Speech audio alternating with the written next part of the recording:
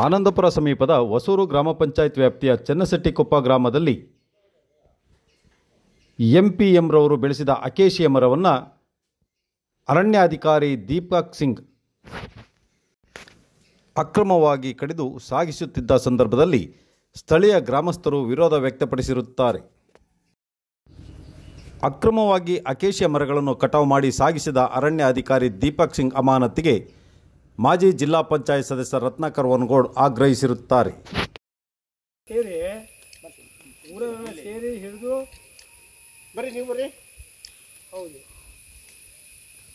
Regular forest ನಿಮ್ಮ ಹತ್ರ permission ತಗೊಂಡು ಮಾಡಲಿ, ನಿಮ್ಮ ಹತ್ರ ಪರ್ಮಿಷನ್ ತಗೊಂಡು ನಮ್ಗೆ ಇಂತಿಷ್ಟು ಬೇಕಾಗುತ್ತೆ ಅಂತ ಹೇಳಿ ಪರ್ಮಿಷನ್ ತಗೊಂಡು ಹೋದರೆ ತೊಂದರೆ ಇಲ್ಲ. ಏನು ಇಲ್ಲದೆ ಹಿಂಗೆ ಹೋದ್ರೆ ಇವ್ರು ಇಲಾಖೆಯವ್ರು ಬೇರೆಯವರಿಗೆಲ್ಲ ಹೋಗಿ ಅಲ್ಲಿ ರೈತರಿಗೆ ಸಣ್ಣಕ್ಕೆ ಮನೆ ಹತ್ರ ಇಲ್ಲ ಹಿಂದೆ ಮುಂದೆ ಇರೋದೊಂದು ಹೆನೆ ಕಡಿದ್ರೆ ಹೋಗಿ ಅವ್ರಿಗೆ ಹೋಗಿ ಕೇಸ್ ಹಾಕ್ತಾರೆ, ಹೊಡಿತಾರೆ. ಇವರು ಬಂದು ಈ ರೀತಿ ರಾಜರೋಷವಾಗಿ ಈ ಥರ ಪ್ಲಾಂಟೇಷನ್ ಲೋಡ್ಗಟ್ಟಲೆ ಕಡ್ಕೊ ಹೋದರೆ ಇವ್ರು ಹೇಳೋರು ಕೇಳೋರಿಲ್ವಾ? ನಿಮ್ಮ ಇಲಾಖೆ ಅದಕ್ಕೆ ಆದಂಥ ಸಂಬಂಧಪಟ್ಟಂತೆ ನಿಮ್ಮ ಇಲಾಖೆ ಇದೆ. ನಿಮ್ಮ ಇಲಾಖೆ ಇದ್ದು ಈ ರೀತಿ ಒಬ್ಬ ರೆಗ್ಯುಲರ್ ಫಾರೆಸ್ಟ್ ಮಾಡ್ತಾರೆ ಅಂದರೆ ಮುಂದೆ ಹಿಂಗೆ ಜನ ಹೆಂಗೆ ಮಾಡಬೇಕು? ಅಲ್ಲ ನೀವು ಅದು ಆಯಿತು.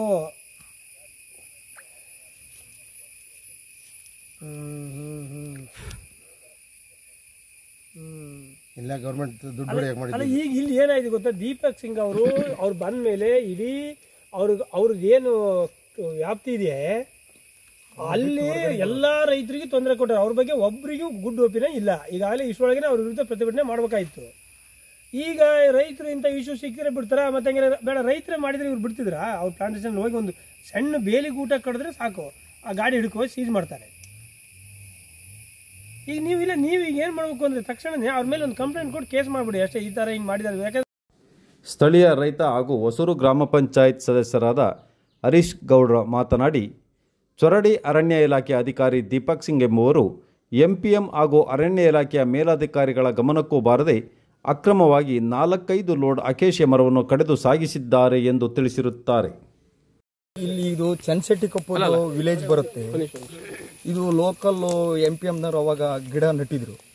ಈಗ ಫಾರೆಸ್ಟ್ರು ಲೋಕಲ್ ರೇಂಜ್ ಇವರಿಗೆ ಎಂಪಿಎಂ ರೇಂಜರಿಗೆ ಏನು ಇಂಟಿಮೇಷನ್ ಇಲ್ದೈತಿ, ಪರ್ಮಿಷನ್ ತಗೊಂಡ್ಲ ಏನೇನು ಇಲ್ಲ, ತಗೊಂಡು ಹೋಗಿ ಎಲ್ಲ ಮಾರಕ್ಕಾಗಿ ಈಗಾಗಲೇ ಒಂದು 5-6 ಲೋಡ್ ತಗೊಂಡೋಗಿದ್ದಾರೆ. ನಾವು ನಿನ್ನೆ ಏನು ಇದು ಈ ಥರ ನಡೀತಾ ಇತ್ತಲ್ಲ ಅಂತ ಬಂದು ವಿಚಾರ ಮಾಡಿದಾಗ ಅವ್ರು ದೀಪಕ್ ಸಿಂಗ್ ಕರ್ಕೊಬಂದು ಇಲ್ಲಿ ಪಕ್ಕದ ಗಿಲಾಲ್ಗುಂಡಿ ಪಕ್ಕ ಪತ್ರೆ ಹೊಡೆದಾರನ್ನ ಕೊಯ್ಯಕ್ಕೆ ಅವರು ಇಲ್ಲಿ ಬಿಟ್ಟೋಗಿದ್ರು. ನಾನು ಅವಾಗ ಬಂದು ಕೇಳಿದಾಗ ಏನಪ್ಪ ಯಾರ ಹತ್ರ ಪರ್ಮಿಷನ್ ತಗೊಂಡ್ರ ಅವ್ರು ಕರ್ಸ್ರಪ್ಪ ಅಂದಾಗ ಇಲ್ಲ ಅವರು ಬರ್ತಾರಂತೆ ಅಂತೇಳಿ ನಿನ್ನೆ ಅವ್ರು ಹಾಗೆ ಹೋದ್ರು. ಆಮೇಲೆ ನಾವು ಎಂಪಿಎಂ ರೇಂಜರಿಗೆ ಸಂಬಂಧಪಟ್ಟವರು ಅವ್ರಿಗೆ ವಿಚಾರ ತಿಳಿಸಿದ್ದೀವಿ, ಸರ್ ಹಿಂಗಾಗಿದೆ ಅಂತೇಳಿ. ಇಲ್ಲ ನಮ್ಮ ವಾಚಾರ ಕಳಿಸ್ತೀನಿ ಅದೇನು ಅಂತೇಳಿ ನಾನು ನೋಡ್ತೀನಿ ಅಂತ ನಿನ್ನೆ ಹೇಳಿದ್ವಿ. ಇದುವರೆಗೂ ನಾವು ಬೆಳಿಗ್ಗೆ ಬಂದವರು ವಾಚಾರ ಬಂದು ನನ್ನ ಹತ್ರ ಹೇಳಿದ್ರು, ಇಲ್ಲಪ್ಪ ನೀವು ದೀಪಕ್ ಸಿಂಗ್ ಕರ್ಸ್ರಿ ಇಲ್ಲಿ ನೋಡೋಣ ಅದೇನು ಅಂತ ವಿಚಾರ ಮಾಡೋಣ. ರೈತರಿಗೆ ಅವರು ಭಾಳಷ್ಟು ತೊಂದರೆ ಕೊಡ್ತಾರೆ, ನಿಮಗೆ ಏನು ಇಲ್ಲದೆ ಹೇಳ್ದೆ ಕೇಳದೆ ಯಾಕೆ ಕಡ್ಕೊ ಹೋದ್ರು ಅನ್ನೋ ಪ್ರಶ್ನೆ ನಾವು ಕೇಳಿದ್ವಿ. ಇಷ್ಟೇ. ಇದು 69 ಎಕರೆ ಸರ್ವೆ ನಂಬರ್. ಇದು 18. ಈಗ ಒಂದು 4-5 ಲೋಡ್ ಕಟಿಂಗ್ ಮಾಡಿದ್ದಾರೆ. ಮರಗಳು 1,000 ಮರ ಹೋಗಿ.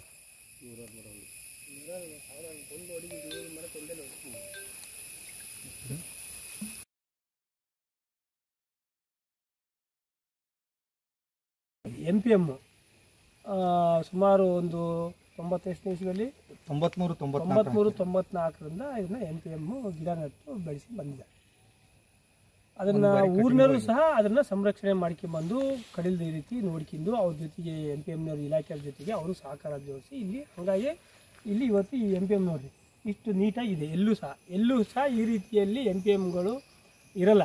ಅನೇಕ ಸಾರ್ವಜನಿಕರು ಸ್ವಲ್ಪ ಅವರವರ ಉಪಯೋಗಕ್ಕೆ ತಗೊಂಡು ಹೋಗ್ತಾರೆ. ಆದರೆ ಇಲ್ಲಿ ಊರಿನವರು ಮತ್ತು MPM ಇಲಾಖೆಯವರು ಸೇರಿರೋದ್ರಿಂದ ಅದು ಯಾವುದೇ ರೀತಿಯಲ್ಲಿ ಕಡಿತಲೆ ಆಗಿಲ್ಲ. ಆದರೆ ಇತ್ತೀಚಿನ ದಿನಗಳಲ್ಲಿ ಈಗ ಒಂದು ವಾರದಿಂದ ಇಲ್ಲಿ ಒಬ್ಬ ಹೊಸ ರೇಂಜರ್ ಬಂದರು, ಚೊರಡಿ ಅಂತ ಬಂದಾಳೆ. ನಾನು ಇನ್ನೂ ನೋಡಿಲ್ಲ, ದೀಪಕ್ ಸಿಂಗ್ ಅಂತೇಳಿ. ಅವರು ಬಂದಿರೋ ಫಾರೆಸ್ಟ್ ದೀಪಕ್ ಸಿಂಗ್ ಮತ್ತೊಬ್ಬರು ರೇಂಜರ್ ಬಂದಾರಲ್ಲ, ಈಗ ಪ್ರೊಫೆಷನ್ ಮೇಲೆ ಬಂದಾರೆ. ರೇಂಜರು ಹೊಸ ಒಬ್ಬ ರೇಂಜರು ಬಂದರೆ ದೀಪಕ್ ಸಿಂಗ್ ಅಂತ ಫಾರೆಸ್ಟ್ ಇದ್ದಾರೆ ಅಲ್ಲಿ ಹೆಚ್ಚು. ಆದರೆ ರೇಂಜರು ಇಲ್ಲಿಗೂ ಬರ್ತಾರೆ, ಅವರೇ ನಮ್ಮ ಚೊರಡಿ. ಆದರೆ ಅವ್ರು ಬಂದ ನಂತರ ಸಾಕಷ್ಟು ಜನ ರೈತರು ನಮ್ಮ ಹತ್ರ ದೂರುಗಳು ಹೇಳಿದ್ದಾರೆ ಅವ್ರ ಬಗ್ಗೆ. ಒಂದು ಹೆನೆ ಕಡಿದ್ರು ಸಹ ಅಲ್ಲಿ ಬಂದು ರೈತರು ತೊಂದರೆ ಕೊಡ್ತಾರೆ ಅಂತ. ಯಾಕೆಂದರೆ ಒಂದೀಗ ಹಳ್ಳಿ ಮಲೆನಾಡು ಭಾಗದಲ್ಲಿ ಮರಗಳು ಅವರೇ ಬೆಳೆಸಿರ್ತಾರೆ, ದೊಡ್ಡ ಆಗುತ್ತೆ, ಅದು ಇನ್ನೇನು ಗಾಳಿ ಮಳೆಗೆ ಬೀಳೋಂಥ ಸಂಭವ ಬಂದಾಗ ಅಲ್ಲಿ ಆ ಮರದ ಹೆನೆ ಕಡಿಯೋದು ಅಥವಾ ಅಂಥ ಸಂದರ್ಭ ಬಂದರೆ ಅದನ್ನ ಕಟ್ ಮಾಡಿ ಸೈಡಿಗೆ ಹಾಕೋದು ಅದೆಲ್ಲ ಸಹಜ ಈ ಮನೆ ಅಕ್ಕಪಕ್ಕ ಇದ್ದಂಥ. ಆದರೆ ಅಂಥವರಿಗೂ ಸಹ ಈಗಿನ ಬಂದಂಥ ರೇಂಜರು ಯಾವುದೇ ಕಾರಣಕ್ಕೂ ಅವಕಾಶ ಕೊಡ್ತಾ ಇಲ್ಲ. ಸಾಕಷ್ಟು ದೂರುಗಳು ಬಂದಿದೆ ಅವ್ರ ಹತ್ರ ಅವ್ರ ಮೇಲೆ. ಆದರೆ ಇಲ್ಲಿ ಒಬ್ಬ ಆ ರೀತಿಯ ಒಬ್ಬ ರೇಂಜ್ ಆಫೀಸರ್ RF ಅವರು ಇಲ್ಲಿ ಏಕಾಏಕಿ ಬಂದು ಜನ ನಿಲ್ಲಿಸಿ ಆ ಇಲಾಖೆ MPMನವ್ರ ಹತ್ರನೂ ಪರ್ಮಿಷನ್ನು ತಗೊಳ್ಳದೆ ಅವ್ರ ಗಮನಕ್ಕೆ ಬಾರದೆ ಸುಮಾರು 4-5 ಲೋಡ್ ಈಗ ಒಂದು ವಾರದಿಂದ ಕಟ್ ಮಾಡ್ಕೊಂಡು ತಗೊಂಡು ಹೋಗಿದ್ದಾರೆ. ಇನ್ನೂ ಒಂದು 2 ಲೋಡು ಆಗೋಷ್ಟು ಇಲ್ಲಿ ಕಟ್ ಮಾಡೋದು ಇದ್ದಾವೆ. ಅಷ್ಟರೊಳಗೇ ಊರಿನ ಗಮನಕ್ಕೆ ಬಂದಿದೆ, ಇಲ್ಲಿ ನಿನ್ನೆ ತಡೆದು ನಿಲ್ಲಿಸಿದ್ದಾರೆ, ಇವತ್ತು ಅವರು ಬಂದೇ ಇಲ್ಲ. ನಾವು MPM ಇಲಾಖೆ ರೇಂಜ್ರಿಗೆ ಅವರಿಗೆಲ್ಲ ಸಂಪರ್ಕ ಮಾಡಿದಾಗ ನಮ್ಮ ಗಮನಕ್ಕೆ ತಂದರೆ ನಾವು ಅವ್ರ ಮೇಲೆ ಕ್ರಮ ತಗೊಳ್ತೀವಿ. ಈಗ ನಮ್ಮ ಗಮನಕ್ಕೆ ಬರದೆ ಅವರು ಒಂದು ಮರನೂ ಒಯ್ಯಂಗಿಲ್ಲ ಅಂತೇಳಿ. ಆದರೆ ಎಲ್ಲೋ ಒಂದು ಕಡೆ ಫಾರೆಸ್ಟ್ ಇಲಾಖೆರೇ ರೈತರಿಗೆ ಪಾಠ ಮಾಡೋ ಅಂಥವ್ರು, ರೈತರಿಗೆ ಹೇಳೋ ಅಂಥವ್ರು, ಇದನ್ನೆಲ್ಲ ಇವರೇ ಹೇಳೋ ಅಂಥವ್ರು. ಮರದ ಬಗ್ಗೆ ಅವ್ರು ಹೆಂಗೆ ಅಂದರೆ ಸಾರ್ವಜನಿಕ ತಿಳುವಳಿಕೆ ಇರಲ್ಲ, ರೈತರ ತಿಳುವಳಿಕೆ ಇರಲ್ಲ. ಅವರಿಗೆ ಹೇಳಬೇಕು ಈ ರೀತಿಯೆಲ್ಲ ಹಿಂಗೆ ಹಾಳು ಮಾಡಬಾರ್ದು, ಮರದ ಇಷ್ಟು ಅವಶ್ಯಕ ಮಹತ್ವ ಇದೆ ಅಂತೇಳಿ. ರೈತರಿಗೆ ಮಾತ್ರ ಇವರು ಶೋಷಣೆ ಮಾಡೋದು. ಇವ್ರು ಬಂದು ಲೋಡ್ಗಟ್ಟಲೆ ಇಲ್ಲಿ ವಾರದಲ್ಲಿ ಜನ ಬಿಟ್ಟು ತಗೊಬಂದು ಬಿಟ್ಟು ಹೇಳ್ದೆ ಕೇಳಿದ ಒಂದು ಬೇರೆ ಇಲಾಖೆ ಮರನ ಕಟ್ಕೊ ಹೋಗ್ತಾರೆ ಅಂದರೆ ಇವರು ಯಾವ ರೀತಿಯ RF ಅವರು. ಅದಕ್ಕಾಗಿ ಇವ್ರ ಮೇಲೆ ತಕ್ಷಣವೇ ಫಾರೆಸ್ಟ್ ಇಲಾಖೆಯವರು ಅವ್ರ ಮೇಲೆ ಕ್ರಮ ತಗೊಳ್ಬೇಕು, ಅವ್ರನ್ನ ಅಮಾನತು ಮಾಡಬೇಕು. ಮತ್ತು MPM ಅವರು ಇಲ್ಲಿ ಎಷ್ಟು ಲೋಡ್ ಹೋಗಿದೆ ಅಂತೇಳಿ ಊರಿನ ಸಹಕಾರ ತಗೊಂಡು ಅದನ್ನು ದಂಡ ಹಾಕಬೇಕು, ಅವ್ರ ಮೇಲೆ ಕ್ರಿಮಿನಲ್ ಕೇಸ್ ಸಮೇತ ದಾಖಲು ಮಾಡಬೇಕು ತಕ್ಷಣವೇ ಈ ಕ್ಷಣದಿಂದಲೇ. ಯಾಕೆಂದರೆ ಇಲ್ಲಿ ಪಾಪ ಇಲ್ಲಿ ಗಾರ್ಡ್ರು ವಾಚರ್ ಇದ್ದಾರೆ MPM ನಮ್ಮ ದೇವೇಂದ್ರಪ್ಪ ನಾಗರಾಜ್ ಅವರು. ಪಾಪ ಅವರಿಗೂ ಗೊತ್ತಿಲ್ಲ, ಅವರು ಅಸಹಾಯಕರು. ಒಬ್ಬ ರೇಂಜರು ಬರ್ತಾರೆ, ಜನ ಬಿಡ್ತಾರೆ, ಕರ್ಕೊ ಹೋಗ್ತಾರೆ ಅಂದರೆ ಅವರೆಲ್ಲ ಮೇಲೆ ಅವೆಲ್ಲ ಮಾತಾಡಿದ್ದಾರೆ ಅಂತ. ನಾವು ಇಲ್ಲಿ ಬಂದು ರೇಂಜ್ರಿಗೆ ಮಾತಾಡಿದಾಗಲೇ ಅವರಿಗೂ ಮಾಹಿತಿ ಇಲ್ಲ. ಆದರೆ ಒಂದು ಫಾರೆಸ್ಟ್ ಇಲಾಖೆ ರಾಜಾರೋಷವಾಗಿ ಈ ರೀತಿ ನಡೀತಾ ಇದೆ ಅಂದರೆ ಅಕ್ರಮ, ಹಾಗೆ ಇಡೀ ಅವ್ರ ವ್ಯಾಪ್ತಿಯಲ್ಲಿ ಏನು ನಡಿಬೋದು? ಆ ಕಾರಣಕ್ಕೋಸ್ಕರನೇ ಈ ಅಕ್ರಮಗಳಿಗೆ ಕಡಿಮೆ ಎಲ್ಲ ಒಂದು ಕಡೆ ಪಬ್ಲಿಕರ್ಸು ಫಾರೆಸ್ಟ್ ಇಲಾಖೆ ಜೊತೆ ಭಾಳ ಚೆನ್ನಾಗಿದ್ದರೆ ಇದಕ್ಕೆಲ್ಲ ಕಡಿವಾಣ ಬಿಡ್ತೈತಿ ಅಂತೇಳಿ ಅವರು ಬಂದ ಕೂಡಲೇ ರೈತರನ್ನ ಆ ರೀತಿಯ ಶೋಷಣೆ ಮಾಡೋದು. ಯಾರೂ ಬರಬಾರ್ದು, ನಾವು ಹೋದಲ್ಲಿ ಮಾಹಿತಿ ಅವ್ರಿಗೆ ಗೊತ್ತಾಗಬಾರ್ದು ಅಂತ. ಆ ಕಾರಣಕ್ಕಾಗಿ ಈಗ ಚೊರಡಿ RF ಅನ್ನು ತಕ್ಷಣವೇ ಈ CCF ಅವರು ಅವ್ರನ್ನ ಅಮಾನತು ಮಾಡಬೇಕು. ಅಮಾನತು ಮಾಡಿ ಅವ್ರ ಮೇಲೆ ಕ್ರಿಮಿನಲ್ ಕೇಸ್ ಹಾಕಬೇಕು ಮತ್ತು ದಂಡನೂ ವಸೂಲಿ ಮಾಡಬೇಕು. ಇಲ್ಲದೆ ಹೋದರೆ ನಾವು ಮುಂದಿನ ವಾರ ಅವ್ರ ಮೇಲೆ ಎಲ್ಲರೂ ಒಂದು ಕ್ರಮ ಆಗದೆ ಹೋದರೆ ಮುಂದಿನ ವಾರ ನಾವು CCF ಆಫೀಸ್ ಹತ್ರ ಈ ಗ್ರಾಮಸ್ಥರು ಸೇರಿ ನಾವಲ್ಲಿ ಪ್ರತಿಭಟನೆ ಕೂರ್ತೀವಿ. ಯಾಕಂದರೆ ಒಂದು ರೈತರಿಗೆ ಅಲ್ಲಿ ಉದಾಹರಣೆ ಮೊನ್ನೆ ಇವ್ರು ಬಂದ ಮೇಲೆ ಈ ಕುಣಿಹೊಸೂರು ಹತ್ರ ಅವರು ಸುಮಾರು ಮುಳುಗಡೆಯರು ಒಂದು 50-60 ವರ್ಷದಿಂದ ಅಲ್ಲಿದ್ದಾರೆ. ಅವರು ಪಾಪ ಅವ್ರ ತಲೆಕಟ್ಟಿಗೆ ಫಾರೆಸ್ಟ್ ಯಾವಾಗ 30 ವರ್ಷದ ಹಿಂದೆ ಫಾರೆಸ್ಟ್ನಲ್ಲಿ ಟ್ರೆಂಚ್ ಹೊಡೆದು ಅವ್ರಿಗೆ ಬಿಟ್ಟಿರೋ ಜಾಗ. ಅದರಿಂದ ಈಗ ಅದೇನಾಗುತ್ತೆ, ರೈತರು ಒಂದು 4 ವರ್ಷ ಜಾನುವಾರು ಮೇಯಿಸ್ತಾರೆ, ಅಲ್ಲಿ ಗಿಡ ಬೆಳೀತವೆ, ಅವು ಸ್ವಲ್ಪ ದೊಡ್ಡ ಆಗುತ್ತೆ. ಮತ್ತು 4 ವರ್ಷ ಅಲ್ಲಿ ಸಾಗುವಳಿ ಮಾಡಿರೋದನ್ನ ಅದನ್ನು ಬಿಡ್ತಾರೆ ಮೇಯ್ಸೋಕ್ಕೆ ಜಾನುವಾರು ಎಮ್ಮಿಗೆ, ಪಕ್ಕಕ್ಕೆ ಮತ್ತೆ ಅದನ್ನ ಮಾಡ್ಕೊತಾರೆ. ಈ ನಿಟ್ಟಿನಲ್ಲಿ ಮಾಡ್ಕೊಂಡಂಥ ಜಾಗನ 1-1.5 ಎಕರೆನ ತೋಟಕ್ಕೆ ಅಟ್ಯಾಚ್ಮೆಂಟ್ ಇರೋ ಅಂತಂದ್ರೆ ಮೊನ್ನೆ ಪಾಪ ಶುಂಠಿ ಬಿಟ್ಟಿಲ್ಲ ಅವ್ರಿಗೆ. ಇದು ಒಂದೇ ಉದಾಹರಣೆ ಅಲ್ಲ, ನಾವು ಉದಾಹರಣೆ ಕೊಟ್ಟದಷ್ಟೇ, ಇಂಥವು 100 ಇದ್ದಾವೆ. ಆದರೆ ಈ ಇಲಾಖೆಯವರು ರೈತರಿಗೆ ಮಾತ್ರ ಹಂಗೆ ಮಾಡಿ ಈ ಇಲಾಖೆಯೇ ಒಬ್ಬ ಇಲಾಖೆಯೇ ಹಿಂಗೆ ತಪ್ಪು ಮಾಡಿದ್ರೆ ಹಂಗೆ ಇವ್ರ ಮೇಲೆ ಏನು ಕ್ರಮ? ಅದಕ್ಕೋಸ್ಕರ ಇವ್ರ ಮೇಲೆ ಕ್ರಮ ಆಗಬೇಕು. ಕ್ರಮ ಆಗದೆ ಹೋದರೆ ನಾವು ಅನಿವಾರ್ಯ ಹೋರಾಟ ಮಾಡಬೇಕಾಗುತ್ತೆ.